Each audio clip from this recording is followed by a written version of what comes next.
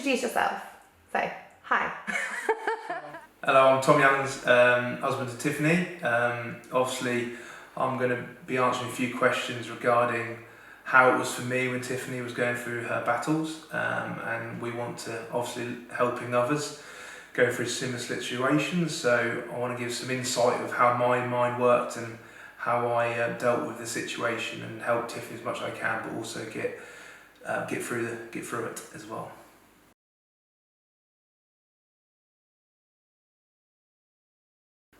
What did I think when Tiff first got told she had cancer? Funny enough, I was at training and the team manager came out, which is always very worrying when the team manager comes out onto the playing field to get me. And I knew like Tiff hadn't been particularly well for a good sort of 6 weeks, I suppose, and we all just thought it was just because Maisie was born and the stress and strain of that.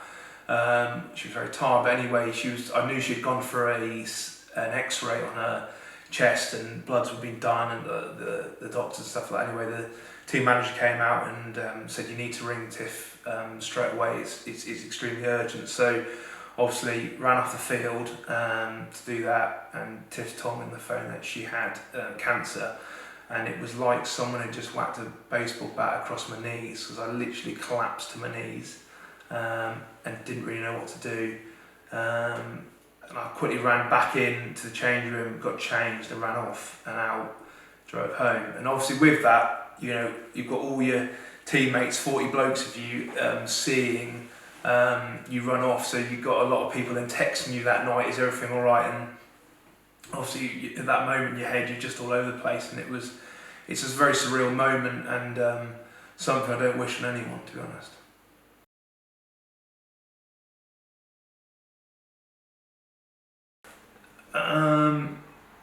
I think at first it was very hard to digest, and we didn't really know exactly the plan there was, and all I knew is that I think we go to the consultants, they then start to put a plan in place, and I think that's when you can start digesting it and getting understanding, because you know, with cancer, yes, it takes away a lot of lives, but there's also an element where people survive and there's a plan.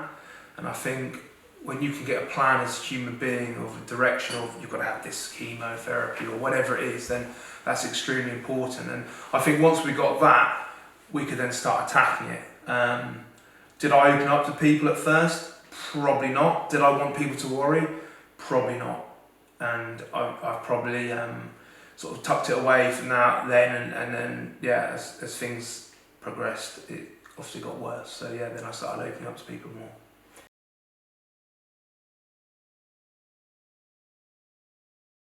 I think the way I attacked helping Tiff through it was just being there the whole time. I think, you know, people talk about being positive. You know, I know it's a little thing I used to say to them, like being positive doesn't mean you have to be full of joy every day. You just know there is going to be a better day coming, you know, and that's having that outlook the whole time.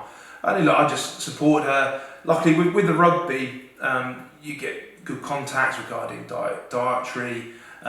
You get your club doctor knows a lot of people in that world, so you can get some very clear advice and some good conversations from very high up consultants, which was a massive help to get the understanding of it all.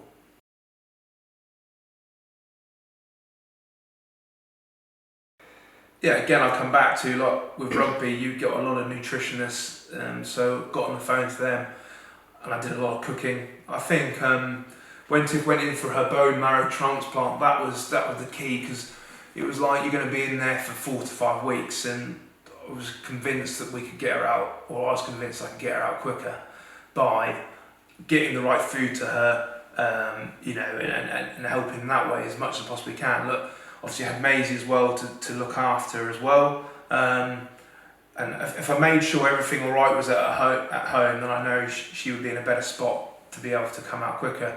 But one thing we did attack was her diet, to get her bloods to far back as quick as possible across the whole thing, because obviously when you get chemotherapy, it obviously knocks your white blood cells right down, and you know, sometimes you can't have a treatment because your blood cells haven't recovered. And one way of attacking that is through diet. And there's a lot of things you can do to increase your hemoglobin levels through broccoli, through eating more fish, through eating a steak, and a really good diet. Like, nothing against hospital food, but when you're stuck in there, you know, like I was always cooking a good meal. Luckily I had my mum or my mother-in-law up as well to look after mates, and we were making sure we got some good food to Tiff in hospital to eat, and plenty of juices. I guarantee none of them tasted particularly well, but it was amazing how they then do the set of bloods and they could see the stuff which she was taking was showing up in the bloods and improving them, which was fantastic. And we obviously got her out very quickly.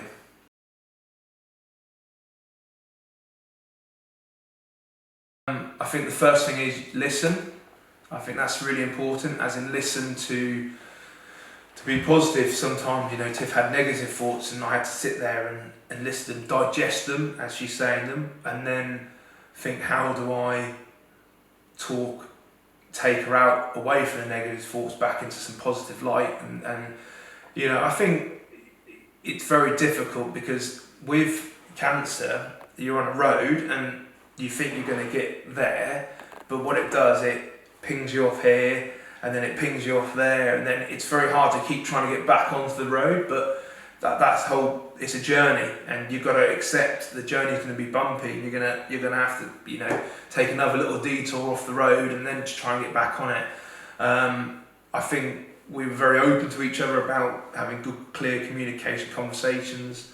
I think I would listen as much as I possibly could, digest her worries, understand what was worrying her, and make sure that I could take those worries away by knowing something, learning about something. If she had a question to ask, I knew the answer to it. Where, you know, if we go down the route when she got told that she wasn't going to be here for much longer, then I made sure that I knew everything inside out. So in the middle of the night she woke up and said, "Tom, don't forget this is put away for Maisie," or whatever. I had the answer there and then, so then that would take that anxiety away from her, so she could then go back to sleep and whatever. And so I made sure I could do all that sort of stuff. So I think, again, being clear on it, it's just being open conversation is very key. Listening is huge. Listen, digest it, come back with clear thoughts.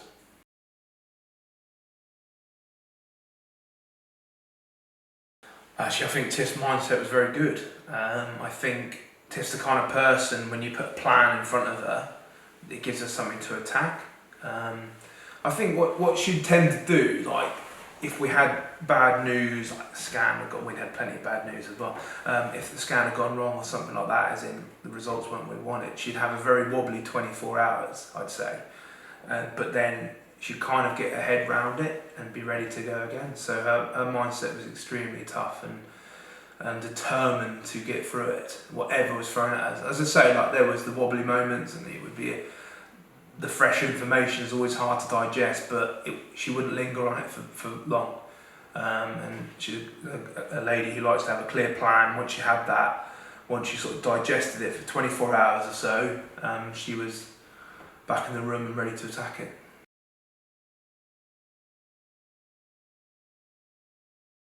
The rugby support was huge, actually. Fans, players, extremely good. Still now, when the game finishes, opposition boys are like, how's the missus, coaches, how's Tiff getting on? And so the support has been immense, actually. And even, you know, we post 3 years now, or whatever it is, like, they still always ask how Tiff is, and it's much appreciated. And the support I had from my family, but also my actual teammates, was unbelievable. They probably don't realise how much they helped me, which then would entail help Tiff through it, you know. And rugby was a great way of getting away from it. I'd always imagine when I drove into the training ground, I'd sort of drop that part of me off at the gates and go in and train and give my 100% there and rip in, which was good in some regards when you're feeling a bit angry, touchy. You know, you could let loose. And then as I drove off, I'd pick it up and you know, go home and deal with whatever situation is. Obviously, Tiff would text me and say how things are going, but really that was kind of my mindset, was like when I was at rugby. I was at rugby. When I was at home, I was at home.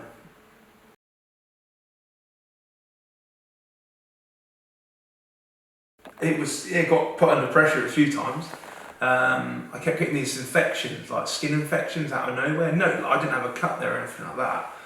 And they were bad, like almost like a boil sort of thing. And yeah, and I kind of like, when my immune system goes to rock bottom, like I wouldn't actually get ill, but I'd get these severe infections. But eventually we worked out why I was getting them. It's because when I was actually like just running on empty because of everything and stress and strains in there. But again, I kind of, being a professional, got some good nutritionists around me, kept that up massively, kept eating well, and a lot of the time I was fine, but at times when you get run down, your body has a funny way of showing you, as in just pulling you back and saying, mate, you probably need an extra hour of sleep or whatever, and just slow down a bit, or attack your diet a bit better and do X, Y and Z to help you through it.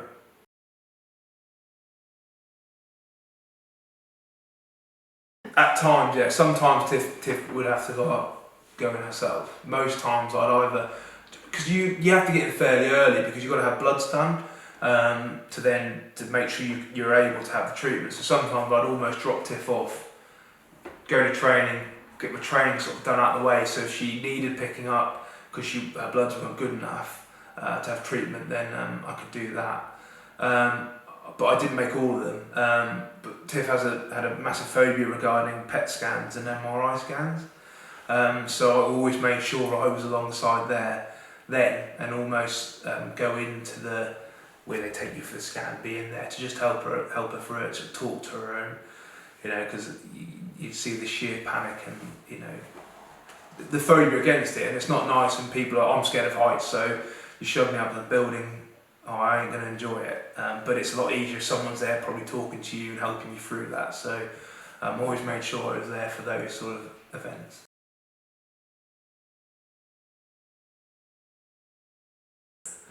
It's funny because you look back now and you actually think, how did I manage in some regards? But you do. I think you either can front up and fight it, or you can sort of turn away from it, and it's not in my DNA or my sort of who I am as a person to ever walk away. So mine is always to front up first and stand head on to anything. So whatever was needed done, I do it, and that's how I am and how I've been brought up. So just attacked it. As I say, it was tough. There were some tough days. I look back now and think, actually, how did we do it? We had a lot going off, but we did. Funny enough, actually, I think I am and Tiff are far better people from going through it, and as ludicrous that sounds, but we're far better people for going through something like that and adapting to it, and learning some very good life lessons from it, which has made us better people as we stand here now.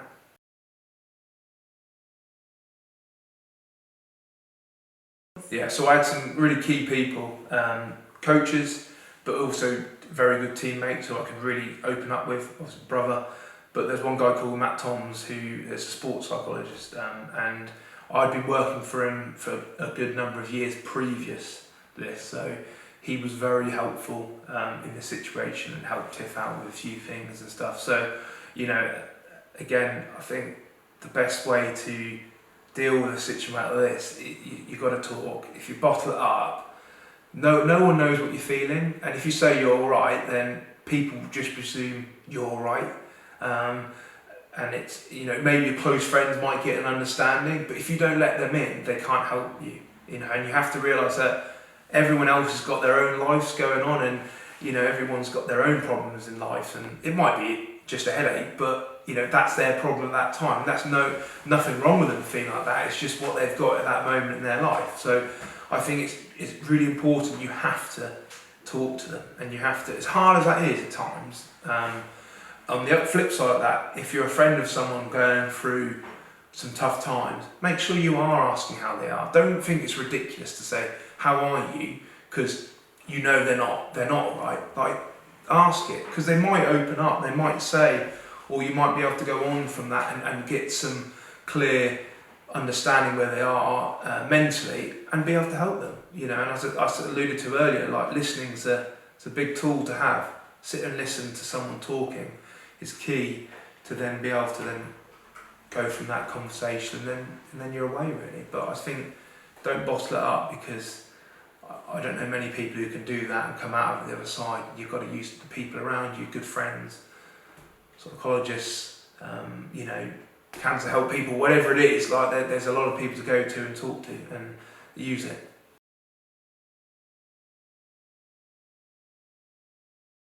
To be honest, at the beginning I didn't know how it was going to go down, so I didn't really know, but I knew we probably had to say something. And as hard as that is, because you don't want things playing out in the press, but you also know the fact that if Ben pulls out or something like that, that what you don't want to do is you want to be the ones in control of letting that news out. Whereas if they went, you know, the press do what they do, they might go digging to find out exactly why, and then it's released on the next day, and you don't even don't know about it. What we did is, in the worst situation, we took control where we could release exactly what we wanted to say about the situation, and it was the right thing to do. I think, you know, looking back on it, we controlled who it went to, how it went out, what was said, and then the respect and the letters and the support was just unbelievable from then onwards. And again, I think it gives you another spur.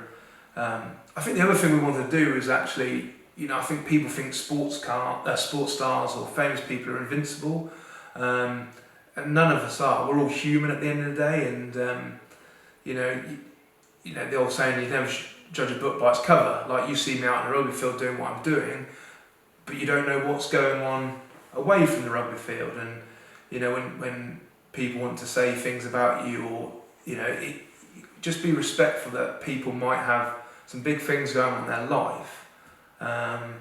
That, you know, always have that in the back of your mind. But you know, it was very tough to release that news, and it was very worrying which way it's going to go. But I'd say I think it went in a positive way, and we got a lot of support. You know, we had some great laughs from then onwards. And obviously the terminal illness turned a different way when we got to release the good news that Tiff was cancer free and doing extremely well. So that was also very nice.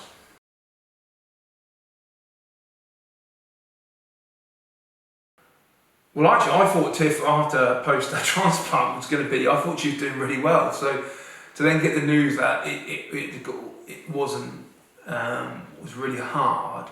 And then I suppose what happened was Tiff then really started to deteriorate and was in a bad way, big time. And there were some real dodgy moments in there which you worry. And then it almost like hit almost rock bottom, and then started to come up the other way. But psychologically, that is very hard to deal with, because suddenly you're like, but she's getting better. But then, and the consultant was saying maybe have a scan, but we'd only had bad news from scans. And what the approach we took was like it was very much week by week, day by day. But at the same time, as she got better and more energy, we were both sort of having the conversation, going like, you know, maybe something is going on. Like, I haven't seen you with this much energy for a long time.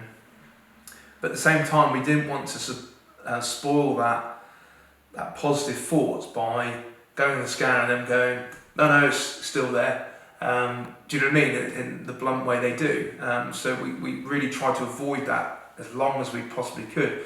And all we just said was like, do we need a scan to show that? Or actually, just seeing you day to day just shows the improvement. People saying, you know, Tiff, you're looking really well. Like, you know, and I think everyone probably had those thoughts when they saw her and how she was, thinking, oh, maybe she is turning the corner. But, you know, and then obviously she then did have a bad chest infection, ended up in hospital, and then again, so all that almost sort of positive energy you've had regarding, oh, she's getting better, and then suddenly to be hit with that, she's back in hospital, you're like, oh, you know, is it back? And then, so I then have a chest x-ray and a scan because you had to, because of the chest infection. There was no, and then to come back clear, it was just, unbelievable. But again, takes a lot to deal with, because you've kind of gone through, not grieving, but almost like a real point, and to get into that point of saying that you're cancer free, almost is all you wanted to hear, but to then actually hear it, you're like, it took a while to digest that. Probably more so in some regards than getting told that you went at the beginning when she had cancer. Do you know what I mean? It took a while to really digest that. And I think probably you were like, but then you could see clearly that she was so much better in a better spot than she had been for a long, long time.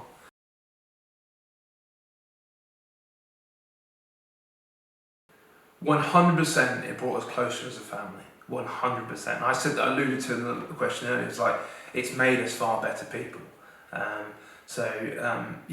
All that horribleness, on the positive side of it, has made us a lot better people and a lot more tighter as a family, definitely. I think it was tough for Maisie because she was only little. And I think the biggest thing I'd say to anyone, whatever age kids are, they get an inkling. They do kind of understand things as much as that is, but she's a very, she likes to ask a lot of questions, Maisie, and we were pretty as honest as we could be, to be fair. Probably as honest, we want to be honest with her and understand, but it was tough for her, and but I think it's made her a very resilient little girl, and I think more questions will come from her as she gets older and probably gets to understanding it. And actually, I think that's probably easier for me and Tiff then to then be able to really explain the situation, tell her the story, because she's only 6 now, so she still has an inkling, and the odd question fires up, but really, like, not till she's 10, 12, 13, we could really go into for her to understand exactly what happened and and stuff like that. So, but no, I think 100% it's made us tighter as a family.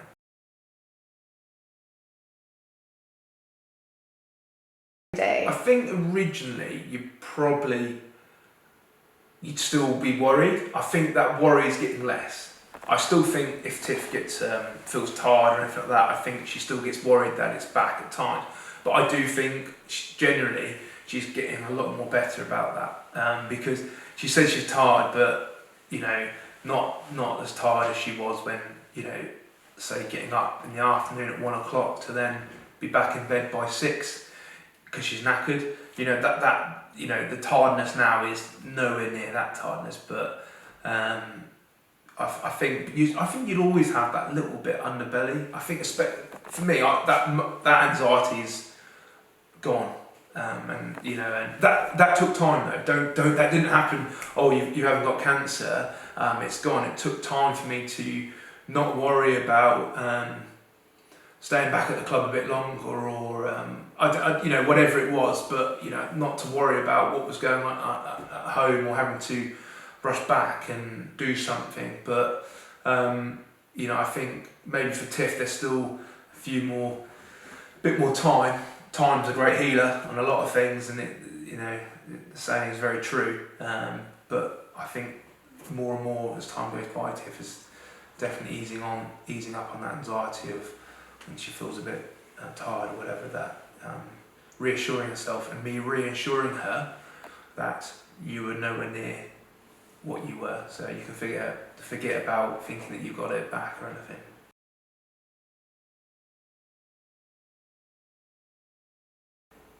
Well, it's from where we were to now is completely different on a family level, full stop. I think we're still taking the key elements which we learned through Tiff's treatment regarding wellness, mentally, physically, and tying in the diet stuff and the learnings we learned from there hugely.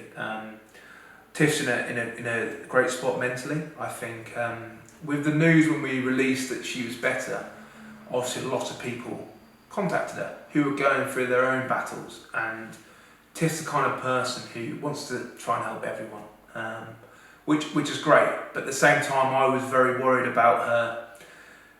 She had to deal with her own stuff first.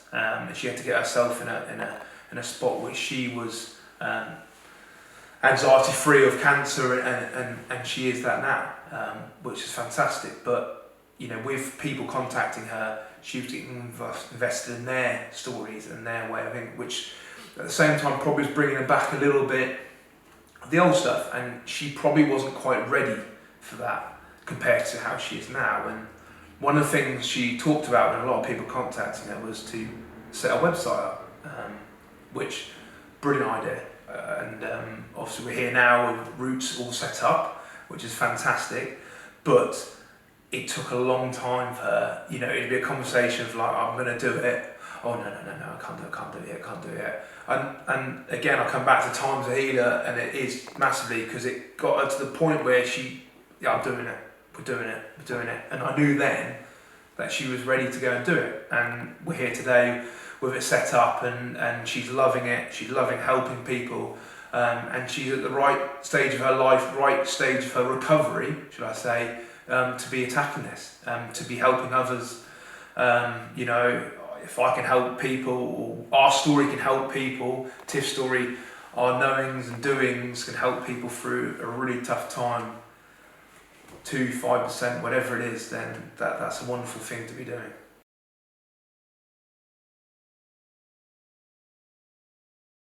Rugby, I'm 33 now, be 34 in January, so I'm getting, as I'd like to say, an old tractor's getting worn up a little bit and need to trade in soon. So look, I'll be hanging the boots up, not yet, but in the not so distant future, and looking forward to, as a lot of people know, I like my farming, and I'll be coming back to the family farm, very lucky to have the opportunity to do that, and myself and Tiff and Maisie will be setting up home back in Norfolk, where we were born and raised, so excited about that. But we'll leave a massive part of our lives of Leicester behind, and some fantastic memories, some lifelong friends we've made, and but at the same time, I'm not scared to leave that chapter. I'm excited for the new chapter. So to be honest, we're in a good spot as I sit here now and talk to you guys. I'm in a really good spot, and slowly planning but surely getting the future ready, living in the now but getting things in place for the future, and that's a nice place to be.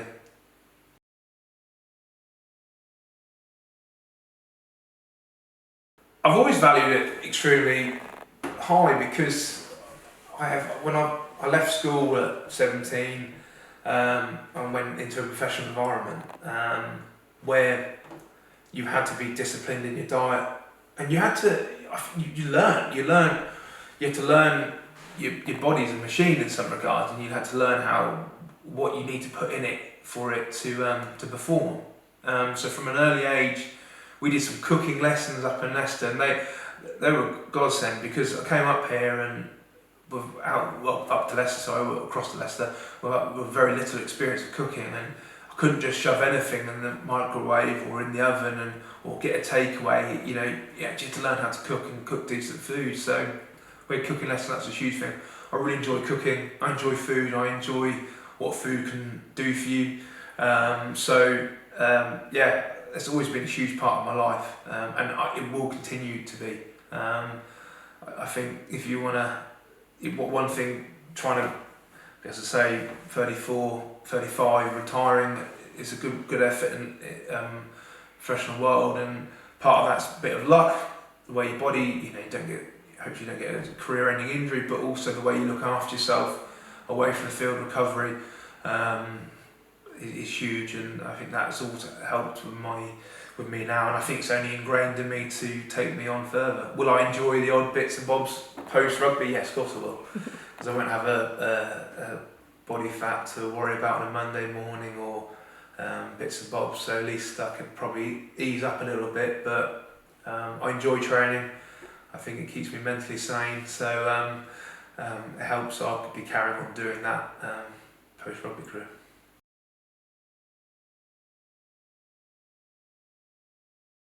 I think there's a couple of things. Digest it a little bit. Like don't react to anything straight off the bat. Like just give yourself 24 hours, 48 hours to just digest things, understand it.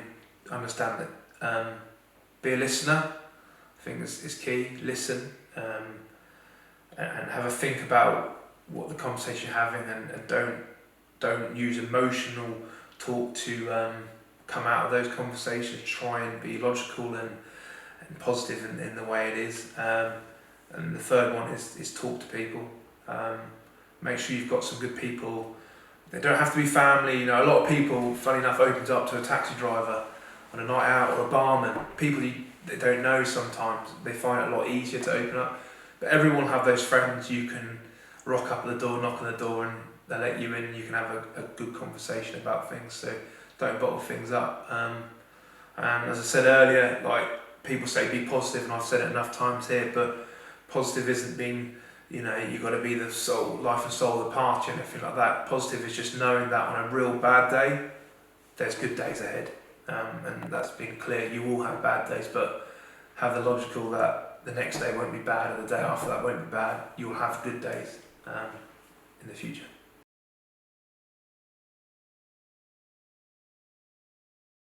I think, if anything, what we like as humans is direction, or something to grab hold of. So yeah, I think it was important to do some research, and if it was change the diet to this, then it gives you something to do and drive towards. Rugby wise, goal setting has been a massive part of my career. So we set goals, which I think she talked about before. We set goals, we set little markers, little achievements, and that helps keep you focused and keep you going forward in some regards. So I think those little things are massive to keep you driving forward and keep you on the right tracks, I suppose, in some regards. So that was really important, and I think, again, just I kind of got to, I obviously knew Tiff extremely well, but I kind of got to know her even more, I suppose, in a way, and she got to know me even more. I know that sounds a bit ridiculous when you've been married for 3 years previous, that you had a little one and stuff like that, but I think you would go to sort of a different level of getting to know each other, and you only need to hear 2 words to understand what sort of mood they're in, and then having the ability of having a joke, or knowing when to do something funny, or, you know, it was, I don't know, but yeah, I think the goals is a clear thing. Having little things to, like, attack, whether it was a juicing thing or a way of eating that week, and they were pretty key things.